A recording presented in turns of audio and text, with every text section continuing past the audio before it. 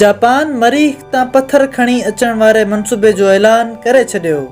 जापानी खिलाई agency JSA दुनिया जी पहिरीं मरीख़ी मनसूबे जो ऐलान कयो आहे, जंहिं तहत मरीख़ी चंडनि ते मौजूदु पत्थरनि खे खणी करे धरती ते वापसि आंदो वेंदो।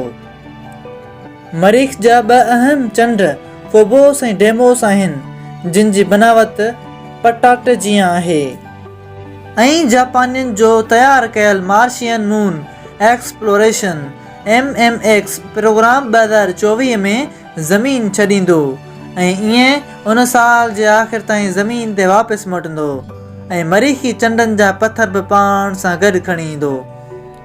उन तरह असांखे मरीख़ ऐं उन जे चंडनि बाबति ॼाणण में ऐं मालूमात में इज़ाफ़ो थींदो ऐं ईअं मरीख़ जी तारीख़, चंडनि जी तारीफ़ी ऐं पाण निज़ाम शमसी जी जोड़जक जे राज़नि खां पर्दो खणंदासीं। जापानी हुकूमत उन मनसूबे जी बाक़ाइदे मंज़ूरी पिणु ॾिनी आहे, जंहिं जी तयारी हाणे शुरू थियण वारी आहे। मनसूबे जे तहत खिलाई जहाज़ पहिरियां 1 साल ताईं मरीख़ जी मदार में चकर लॻाईंदो रहंदो ऐं आस्ते आस्ते चंडनि जे वेझो पहुचंदो। ख़्यालु आहे त ही ॿई चंड मरीख़ वटि मौजूदु शहाबी पट्टी या एस्ट्रॉइड बेल्ट खां उतां पहुचंदा ऐं मरीख़ जो हिसो बणिजंदा।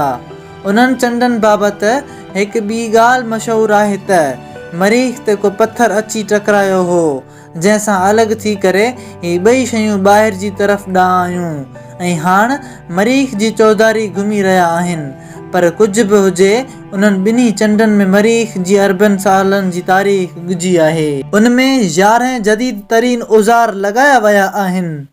पहिरियां ई फोबोस ते लहंदा ऐं उतां खां कुझु नमूना जमा कंदा। ख़्यालु आहे त 10 ग्राम मिटी ऐं पत्थर खणंदो, पर उन खां अॻु फोबोस ते 2 सेंटीमीटर गहरी खोटाई कंदो ऐं उनखे खणी करे ज़मीन ते वापसि मोटंदो। जेकर उहो मिशन कामयाबु रहियो त ही दुनिया जो पहिरियों तजुर्बो हूंदो जंहिंमें असां मरीख़ तां पत्थर ज़मीन ते खणी ईंदासीं। पंहिंजे सफ़र में ज़मीन खां मरीख़ ऐं मरीख़ खां ज़मीन ताईं अचण वञण वारी खिलाई मशीन ते असांजो भरवसो वधंदो ऐं उन सफ़र में काइनाती शयुनि बाबति बि असांजी मालूमात में इज़ाफ़ो कंदो। वधीक साइंसी वीडियोज़ ॾिसण जे लाइ साइंस जी दुनिया YouTube चैनल खे सब्सक्राइब ऐं नई वीडियो जी आगाही लाइ घंटी वारे ऑप्शन ते बि क्लिक करियो।